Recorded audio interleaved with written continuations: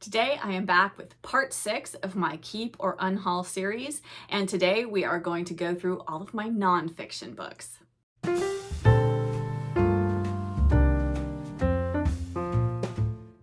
Hello book friends, I'm Jen and welcome to my reading life, and welcome to the final installment of my Read or Unhaul My Bookshelves project. I have gone through all of my unread fiction books, all of my unread middle grade books, and today we are going to go through all of my unread nonfiction books. Now, I am going to have to take you out into a different space in my house where the lighting is not the best. I am hopefully going to get it lit well enough that you can all see the books clearly, but bear with me because this room, it's not great for filming, unfortunately. And I have so many unread books that it would have just taken a lot to remove them all from the shelves and bring them in here. So I'm going to do my best to film this in a way that you can see all of the books. Before I started this video, I took a look at how many books I have unhauled so far in doing this project. And so far I have unhauled 66 books off of my shelves. And I feel pretty good about that. I feel like I have gotten my shelves to a good place where they pretty much contain only books that I'm really excited about reading. But now let's go dive into all my nonfiction books and see if there's anything there that I need to unhaul. Welcome to a new corner of my house, and this is my bookshelf that holds all of my nonfiction books, and these 3 shelves hold all of my unread nonfiction books. It's a lot. I'm gonna try to go through this as quickly as possible, and we will see if there are any on these shelves that I want to unhaul. I decided to bring a little swivel chair over here because I thought it would be easier to grab the books that way. So I'm going to utilize the swivel chair to do so, and let me get set up in a position where I can easily get to this top shelf, and then we will get started. Okay, I decided just to pull the first few books off of the shelf because I think that will be easier. And first up is this lovely little Audrey Hepburn book that my lovely subscriber Eileen sent to me recently. And of course, I'm not going to get rid of any of my Audrey Hepburn books, so that one is staying. Next up, I have a book called Dear Juliet, and this is letters from the love-struck and love-lorn to Shakespeare's Juliet in Verona. And I believe these are all letters that are sent to Verona, Italy every year from all over the world, seeking attention from Shakespeare's most beloved heroine, Juliet Capulet. And this is just a collection of some of those letters that have been sent in, and my mom gave me this book quite a few years ago now. I keep meaning to read it every February because I think it would be a fun book to read around Valentine's Day. Just love letters seems appropriate, and maybe I'll get to it next year, but I'm definitely keeping this one. Next up, I have a Jane Austen inspired book, and that is Jane Austen's Table, and these are recipes inspired by the work of Jane Austen. Definitely keeping this. Next up, I have The Highly Sensitive Child, and I bought this book years ago, I believe because Anne Bogle, she is the modern Mrs. Darcy. She has a website, she has a podcast, she's written books, she has done it all, but she recommended this book for highly sensitive people, which I consider myself to be one, because it's not as sensitive triggering as I think The Highly Sensitive Person, I think, is the other book by the same author. I've never actually read this book. I don't know. Has anyone read this? Are there any other HSPs out there? Should I keep this? I'm not sure. I might unhaul this. I'm gonna set this one aside. And then next I have the Jane Austen Escape Room book, which I think is just kind of a little puzzle book. And I've heard that it is fairly complex and you really have to know Jane Austen's works well. I'm not sure if I qualify for that or not, but I definitely want to give it a try. Plus, it's just such, let me see if I can get it. There we go.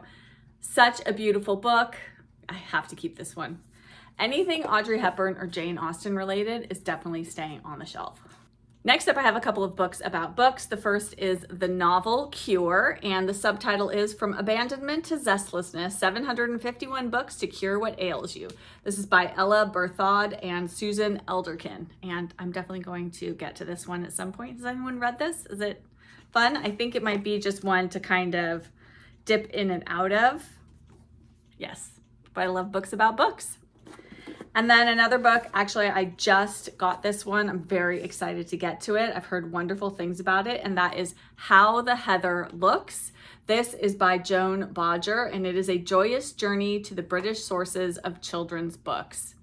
And I'm very much here for that. And then I have Toast and Marmalade. This is Emma Bridgewater, Stories from the Kitchen Dresser, a memoir. And if you don't know Emma Bridgewater, she's a potter. She makes pottery. She is British, and you can see a few examples of her pottery. You have seen me. I have shared some of her pieces that I have in my collection. I really love her Toast and Marmalade collection. Well, I think it's called Black Toast, and it's all cream pottery with black writing on it, and it's very distinctive, and I've been collecting different pieces of it. So I have some mugs and a teapot and a tray and a butter dish and a few other odds and ends as well, but she makes lovely pottery, and I want to read this memoir about her life.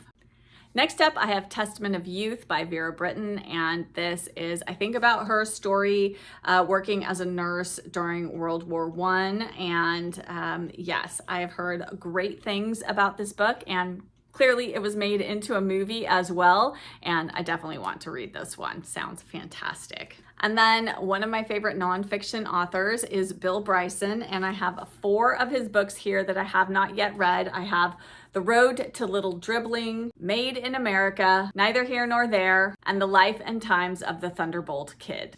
Next up is The Adventures of Miss Barbara Pym by Paula Byrne. I am 100% going to read this, and I might save it and read it during Spinster September, because who is more of a spinster author than Barbara Pym? And then next, I have a book that I won in a Bookstagram giveaway, I think about 5 years ago, and I still haven't read it, but I actually would really like to. It's called The Oak Papers by James Canton, and this is all about James Canton's experience with an ancient tree. He is studying an 800-year-old honeywood oak in North Essex, England. And I think it's just all about that experience, and I think it feels like a very sort of quiet book and nature-oriented, and I can definitely see myself being in the mood for this at some point. So I'm keeping this one. Next up is a book that I'm not sure how this landed on my shelf. I think my father-in-law gave this to my husband to read. He was never going to read it. I said maybe I might, but I don't think I'm going to, and that is Ron Chernow's Alexander Hamilton. But this is the book that inspired the musical Hamilton, which I've seen and is fantastic. If you have never seen it and you get an opportunity to, I highly recommend it.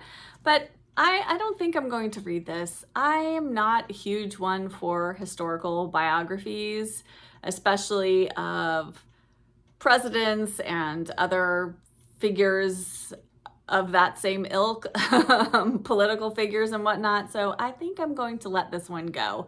It is such a chunkster. And even if I did decide I wanted to read this, this would probably be one I wanted to listen to on audio, so I wouldn't even read the physical copy. So I think I'm gonna let this one go.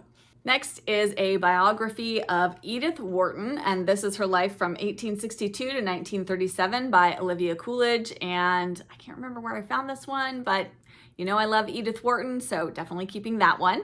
And then I have The Road Back to You, which is the book of the Enneagram, which I think you can use to figure out your Enneagram number. I think I'm a 9. I don't know. I'm not really into Enneagram, but I do like personality type things. I've taken the Myers-Briggs test a number of times, and as you can see, I had that highly sensitive child book. So I am kind of drawn to personality, like psychology books about personality. So I think I'll keep this one. And next is Agatha Christie's Complete Secret Notebooks. And this is not completely unread. I just dip in and out of this one. After I read an Agatha Christie book, I like to go in here and look at her different notes and things and read the section on that particular book. And so that's what I'm just going to continue to do. So I will keep reading this until I've read all of Agatha Christie's books.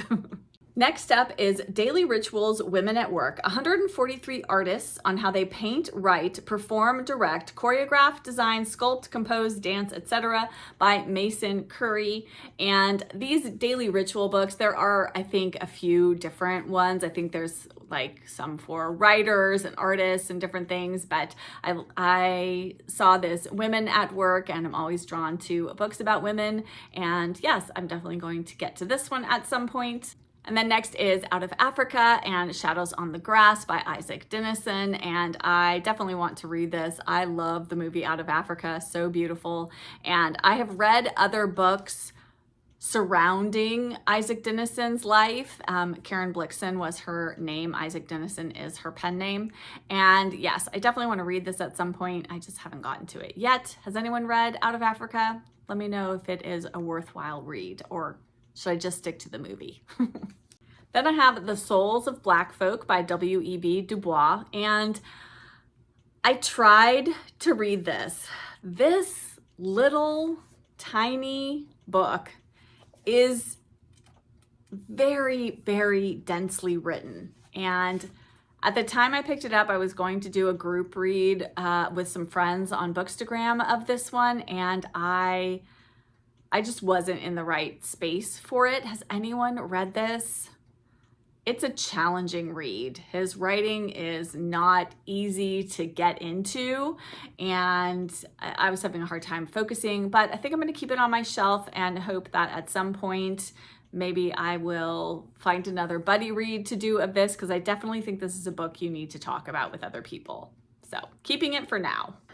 And then next I have My Family and Other Animals by Gerald Durrell. This is the first in his Corfu trilogy, all about his family. And if you've seen the Durrells on, is it the Durrells on Corfu? Durrells on the island?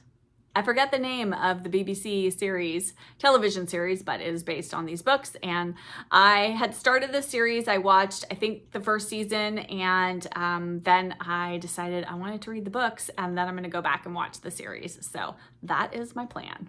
And then next I have Rereadings, edited by Anne Fadiman. Anne Fadiman wrote Ex Libris, which, if you love books about books, that is a fantastic one.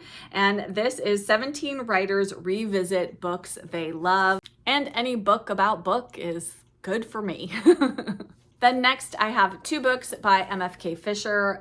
One is The Gastronomical Me, which my mom just gave me for Mother's Day, and 100% going to read this one. And then I also have Sister Age by her, which I think I found at the library bookstore, somewhere like that. And you know, I can't quite tell if this is fiction or nonfiction. It says stories, but then it also says biography. Well, whichever, I'm keeping it. And then I have the Harper Book of Quotations. Again, this is just a reference book that I have on my shelf, and I, dip in and out of it. Sometimes read through some different quotations in it. It's just chock full of all different kinds of quotations about all different things. And it's kind of a helpful tool if you ever need to look up a quote or find a quote to add to something you're writing. So if you're an English major, this is a great book to have. Next up, I have The Life of Charlotte Bronte by Elizabeth Gaskell, and I have heard a lot of mixed reviews about this one. Some say it's really boring. Some people have loved it, but I'm gonna hang on to it. I want to read some more things by Elizabeth Gaskell first before I get to this, but if you've read it, I'd love to know your thoughts on it. And then I have one of Rumer Godden's memoirs, which is A House with Four Rooms. And I think A Time to Dance, No Time to Weep might be her first memoir, because this starts with her return from India to England with her daughters in 1945. And so I believe the other memoir is of her early life, so I need to find that one. And I did just find the memoir she wrote with her sister, which I have right here, which is Two Under the Indian Sun. And this is about their childhood in India, so I definitely want to read this one before I read this one, but I would also like to find A Time to Dance, No Time to Weep and read that first. So that one's just hanging out on my shelf until I read the other two first. Oh, I've already made quite a bit of space. Next up is another book I just got recently, which is French Dirt by Richard Goodman. I got this at my recent library book sale. If you missed the video where I talk about all the books, the amazing, amazing books I found at the library book sale. I will link it here in the cards and in the description box below, so be sure to check that out. But this is all about the story of a garden in the south of France. Sounds just lovely. Might be a good summer read, actually. And then I have Cozy, The Art of Arranging Yourself in the World by Isabel Gillies. And yes, who doesn't want a cozy book? I love cozy books. And this one is called Cozy, so I definitely need to read this one. I feel like this might be a fall or winter book when I'm really getting into sort of my cozy mode where I want to just like curl up inside when it's cold out and read books, read cozy books. And then I have a nonfiction book by a nonfiction author I really, really enjoy, and that is Hail to the Chiefs, Presidential Mischief, Morals and Malarkey from George W. to George W. by Barbara Holland. And this is just all about the presidents of the United States and some of the things they've gotten up to over the years. So I think this is going to be a very humorous look at the presidents, and I have had this book for so very long. I think I've had it since about 2003, 2004. So yes, should probably get to it at some point. And then I have an autobiography of Barbara Pym. This is A Very Private Eye, an autobiography in diaries and letters. And yes, very much want to read this one as well. I think it might be good to read this in conjunction with reading the Barbara Pym biography about her, just to kind of, I think you're going to see obviously from Barbara's own viewpoint of herself and then also from an outsider's viewpoint. So that might be kind of fun to read them, fairly close in sequence to each other. And then next up is a food memoir, which is Kitchen Yarns by Anne Hood, Notes on Life, Love, and Food. And I bought this because somebody who commented on one of my videos where I talked about Laurie Colwin mentioned that Anne Hood mentions Laurie Colwin in this book. So of course I had to get it, and I did. So very much looking forward to reading this one. Love a good food memoir. And then I have an advanced reader's copy of Barbara Common's A Savage Innocence by Avril Horner. And I haven't read this yet because I haven't yet read a Barbara Common's book, which I would like to do before I read this biography of her. I think at least I'd like some point of reference. And I do have, I think it's Their Spoons Came from Woolworths by Barbara Common's on my shelf. So I want to read that, and then I will get to the biography. And next up is A Book and a Dog Called Fig by Helen Humphreys. This is Solitude, Connection, and the Writing Life. Look at all those puppies on there, so cute. Anyway, I've heard wonderful things about Helen Humphreys and her writing, and I think I found this on Book Outlet, and so I snatched it up, but I think this is all about her writing life, and I do like to read books about writers and writing, so I'm looking forward to this one. And then I have a book which I've actually flipped through, but I want to spend a little more time with it, so I kept it on my unread shelf, and that is Jane Was Here, An Illustrated Guide to Jane Austen's England by Nicole Jacobson and Devin Dayton, with illustrations by Lexi K. Nielsen. So fun. I love this cover. And my lovely subscriber and book friend Jacqueline sent this to me back during Jane Austen January. And yes, I'm so happy to have this lovely book in my collection. And then next up, I have a memoir by Shirley Jackson. This is Raising Demons, and this is the sequel to Life Among the Savages, which I absolutely adored. So very funny. This is not at all the Shirley Jackson who writes those kind of scary stories that you think of when you hear her name. These books are so funny. I really need to get to this one because I just loved Life Among the Savages so much. And then I also have the letters of Shirley Jackson. Wow, she wrote a lot of letters. So very much looking forward to reading through these because I just think it's kind of fun to learn about the woman behind some really kind of dark books. Yes, so looking forward to that at some point. Next up, I have The Boy Who Harnessed the Wind by William Kamkwamba and Brian Mealer. And this is about a boy in Malawi. And I think he comes up with a way to create windmills or something, or somehow harness the wind in Malawi to create energy. And I've heard great things about this book.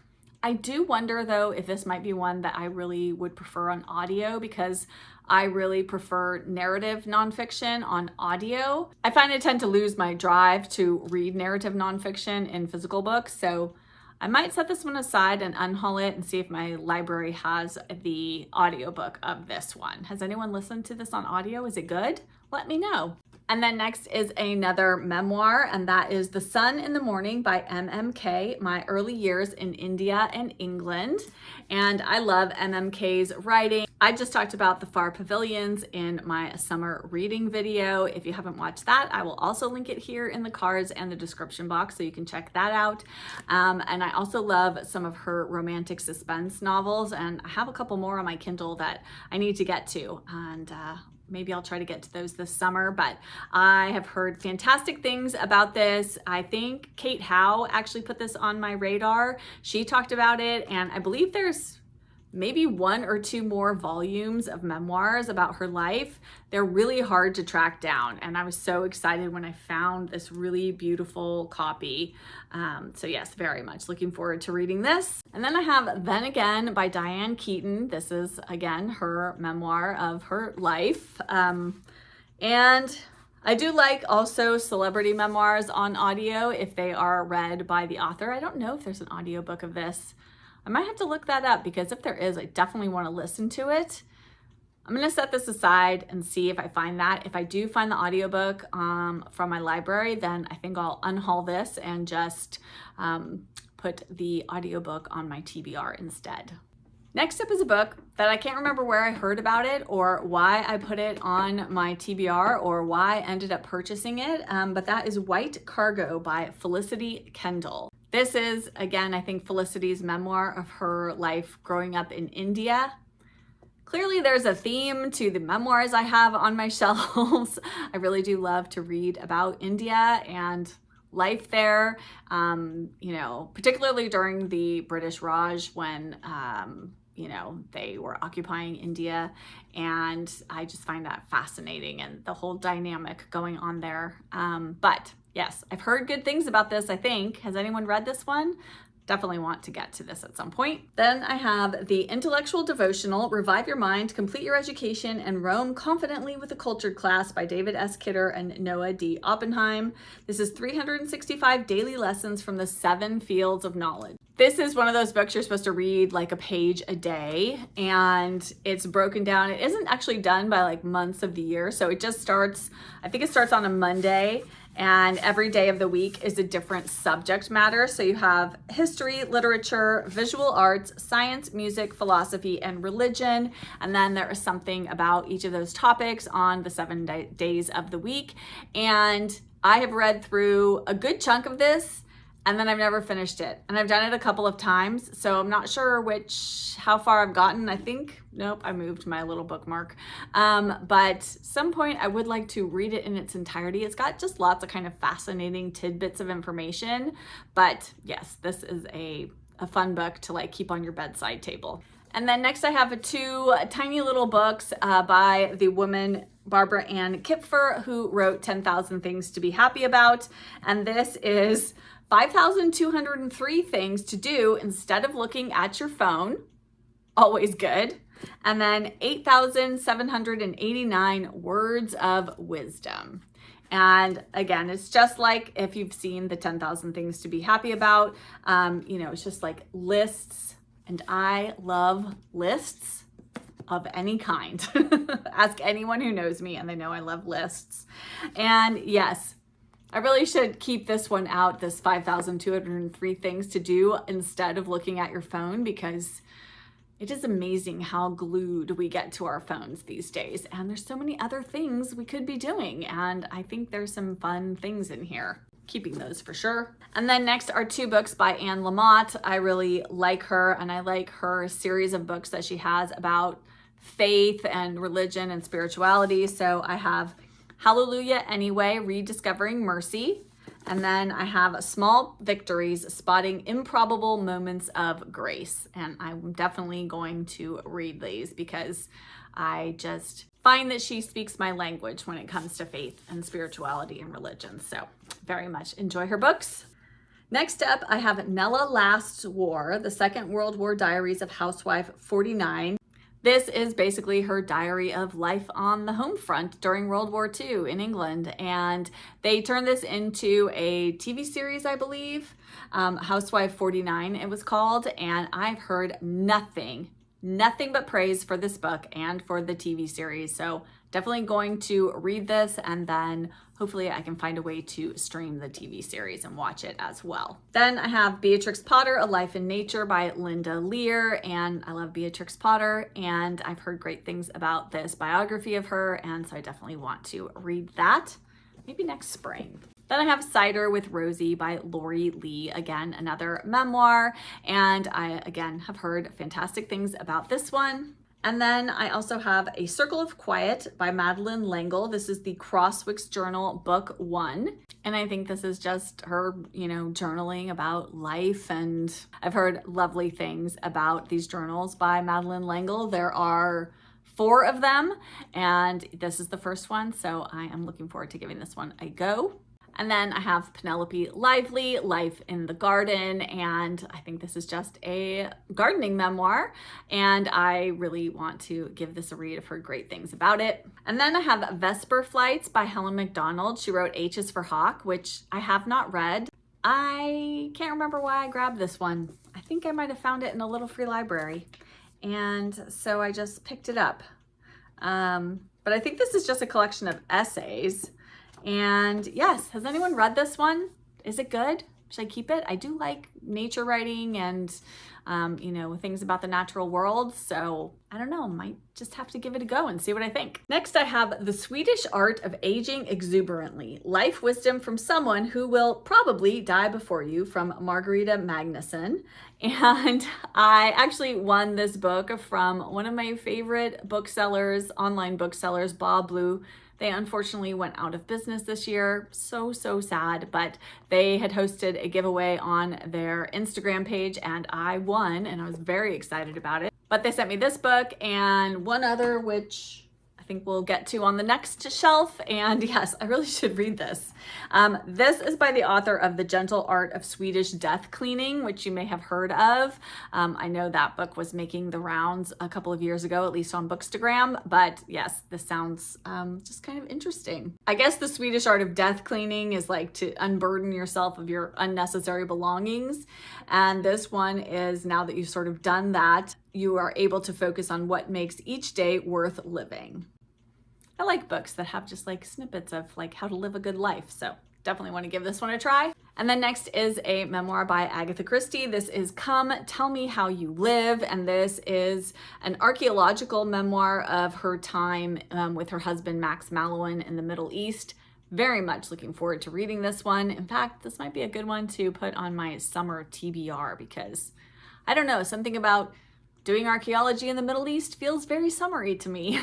Then next I have How to Be French, Eat, Drink, Dress, Travel, and Love La Vie Française by Janine Marsh. And just look at this lovely book. My mom actually bought this and she shared her copy with me, and oh, it's just lovely. It's got all those kinds of little tidbits in it about French life and living and beautiful photographs. Yes, definitely keeping this one. And then next is a book that I've had forever, and I've actually read it, but I put it on my unread shelf because I want to reread it because it's been so long and don't really remember it.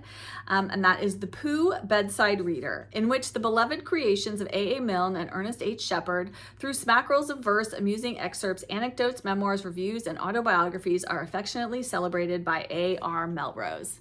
And this is the book. And it's just so lovely. Definitely want to put this on my bedside table at some point and read through it again. And then lastly on this shelf is The Queen, Her Life by Andrew Morton, of course about Queen Elizabeth II. And I've heard good things about this book and I really want to read it. Though I might listen to it on audio. I don't know. Again, this is one of those books that I think I would prefer on audio. Has anyone listened to the audiobook of this? Is it good? But I do love the look of this book, so I think I might have to keep it. Plus there's photographs in here of the Queen. So I definitely want to keep it for that reason alone. And now we're going to move on to the final shelf. I'm going to readjust the camera so we can see it better. Be right back. I am back. We're going to go through this final shelf down here, and again, still have quite a bit of room up here to add some books. And next up are all of my Beverly Nichols books. And I have really hit the jackpot with finding great copies of these books at my library bookstore, at library book sales, at random places. So I have, first up is Rhapsody in Green. This is the Garden Wit and Wisdom of Beverly Nichols. And then I have A Village in the Valley. And then I have Laughter on the Stairs. And lastly, Sunlight on the Lawn. And I can't remember the order of all of these and which are part of like the same, I know some of them are part of the same series or not. I think I'm missing one. I think this one might be its own thing, and these two are part of a trilogy, but I don't have the first book. I can't remember. I have to look that up again, but regardless, I just love having these, and they're so, so beautiful. And my mom has a bunch of his books as well, so maybe I can borrow some of hers if I need to. Maybe I can borrow the first one in the trilogy from her. And Mom, I promise I'll take really good care of it, because her editions are beautiful too. Next up is I Guess I Haven't Learned That Yet by Shauna Nyquist, Discovering New Ways of Living When the Old Ways Stop Working. I think she has something fairly dramatic that happens to her in her sort of midlife, and they make a move from New York City, I think out to maybe like the countryside somewhere, and it's just sort of all about navigating those changes in life and stuff. And my lovely friend Beth, who owns Small Home Comforts, recommended this book to me during our book chat that we had a few months back, and I'll link our book chat here as well if you want to check that out. Beth recommended some lovely books to me to read, and this is one of them, and I definitely need to get to this one. Next up, I have The Library Book by Susan Orlean, and this is terrible, you guys.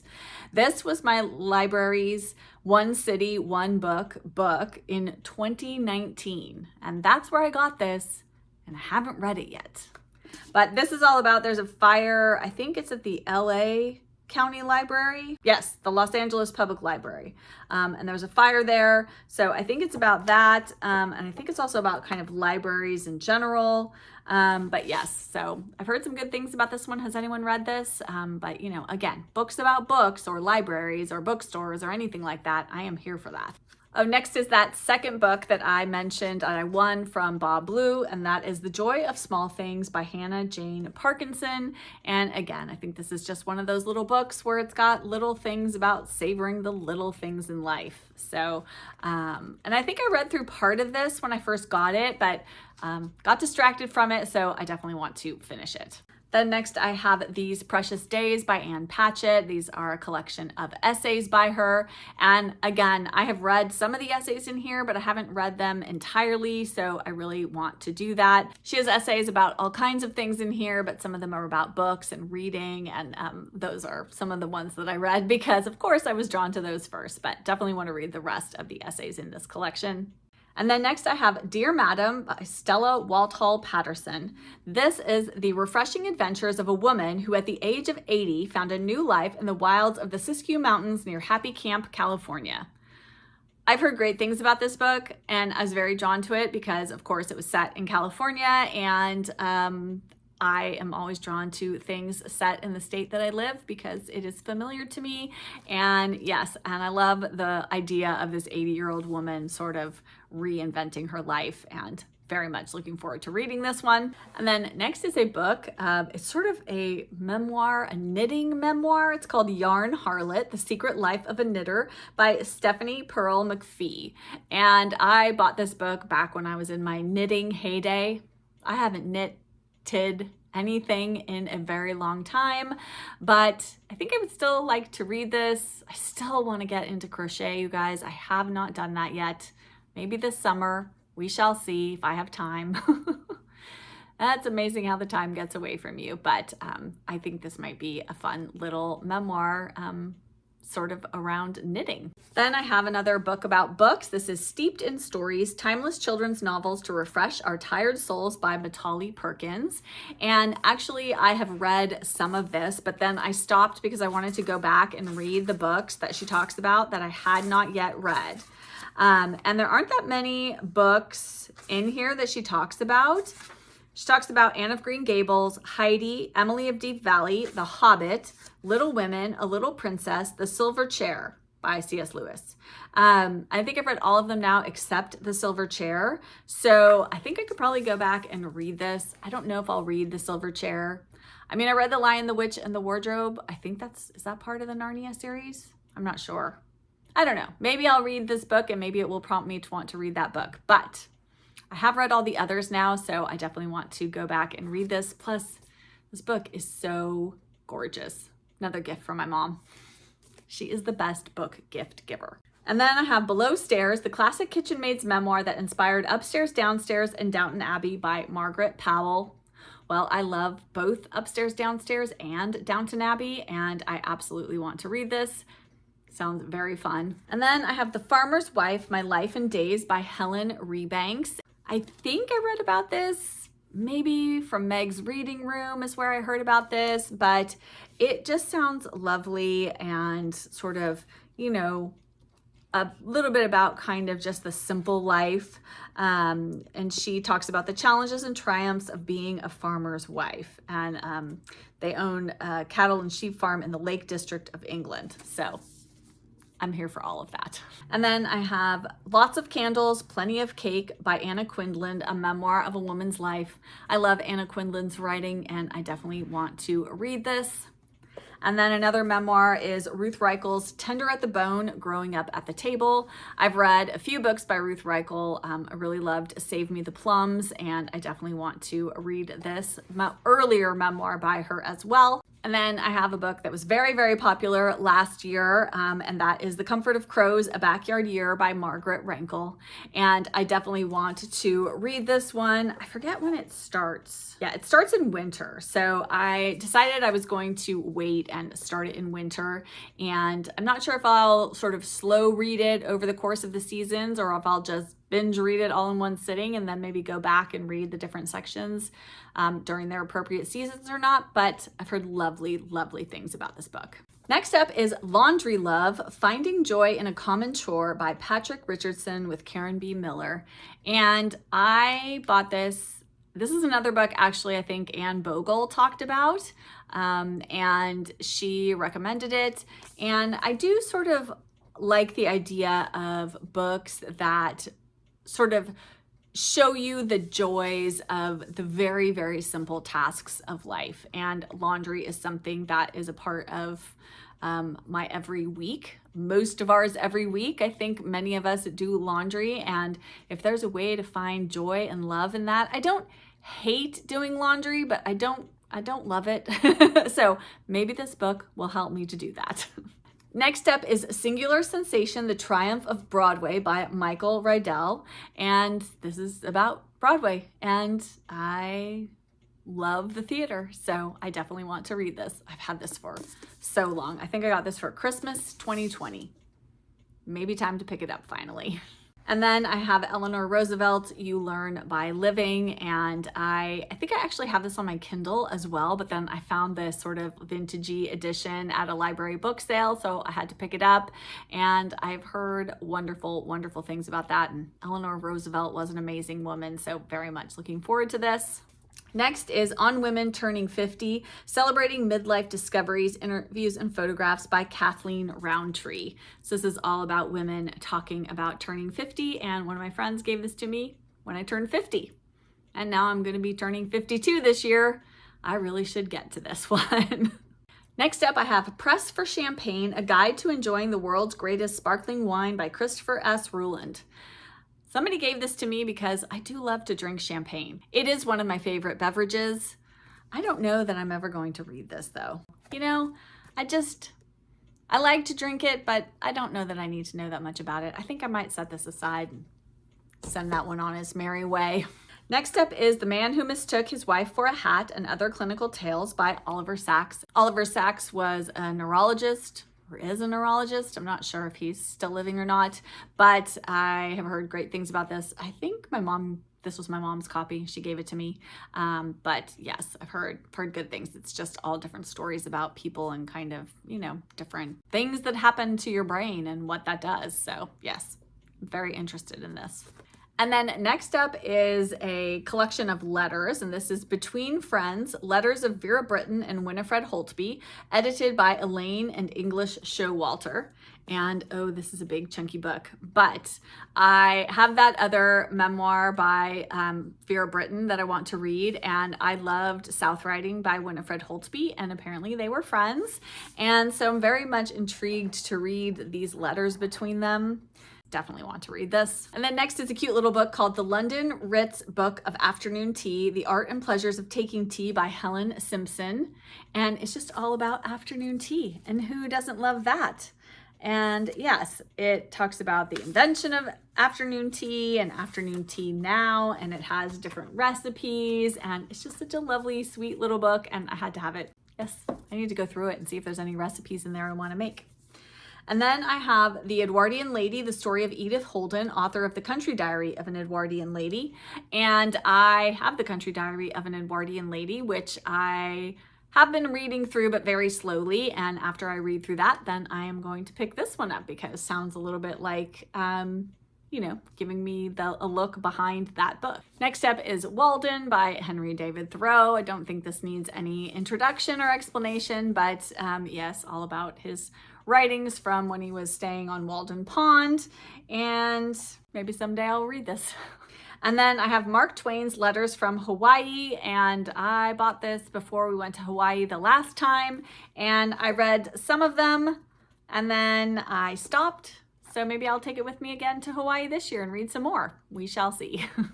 And then next up, I have About Alice by Calvin Trillin. And Calvin Trillin was a staff writer for The New Yorker for many, many, many years. And he wrote this about his wife after she passed away. Sounds like she was quite the formidable woman. And I've heard that it's a very slim read, but I've heard it's fairly compelling. So hopefully I'll get to this one at some point. Last few books. Next up is Square Haunting, 5 Writers in London Between the Wars by Francesca Wade. And this is about, it's about the poet H.D., Dorothy L. Sayers, classicist Jane Harrison, historian Eileen Power, and Virginia Woolf. And I think they all lived on this square, kind of on the outskirts of Bloomsbury. Anyway, I don't know, I'm just kind of captivated by this whole book. I definitely like to read about writers, so I'm very intrigued by this. And I find Virginia Woolf fascinating and Dorothy L. Sayers, so the two of them alone prompted me to pick up this book. And then I have One Writer's Beginning by Eudora Welty. Again, a book about writing or the writer's life. And I do enjoy Eudora Welty. I've read a couple of things by her, so definitely want to give that a try. And then I have West from Home, Letters from Laura Ingalls Wilder. This is from San Francisco, 1915. She went to the Panama Pacific International Expo in San Francisco, and then she wrote letters home to Almanzo, and these are those letters. So definitely want to read this, especially now that I've finished the Little House on the Prairie series. And then finally, I have 2 books by Edith Wharton that are nonfiction. I have A Motor Flight Through France, and then I have In Morocco, which I just picked up at the library book sale. And both of these I think are sort of travel memoirs. This one might even be more of like a travel guide to Morocco, but this one I think is definitely a travel memoir. And I want to read everything Edith Wharton wrote. So I just keep grabbing books of hers that I don't have when I see them. And that is it. That wraps up my nonfiction unread books. And I found a few books to unhaul. I have 5 books here. Whoops, dropping them.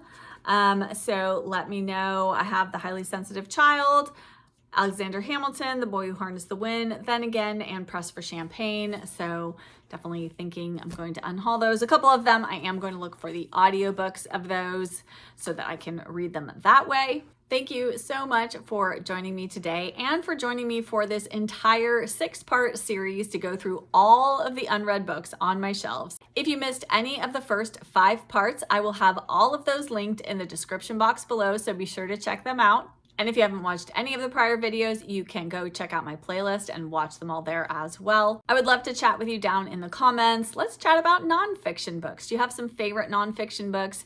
Are there any books on these shelves here that you think I should prioritize? Please let me know that down in the comments. I always love chatting about books with you down there. And if you made it this far, but you don't have anything you'd like to add in the comments, but you do want to let me know that you were here, why don't you leave me a writing emoji, a pen, a pencil, a piece of paper, a notebook, something like that, since I do have quite a few nonfiction books about writing and the writer's life. I love knowing that you were here and that you made it this far, and comments really do help my videos. And if you did enjoy this video, if you could hit that like button and subscribe if you aren't already subscribed, I would love to have you join my bookish community. Thank you again so much for spending part of your day here with me. I love having you join me in my cozy corner of BookTube, and I'll be back with another video very soon. Bye!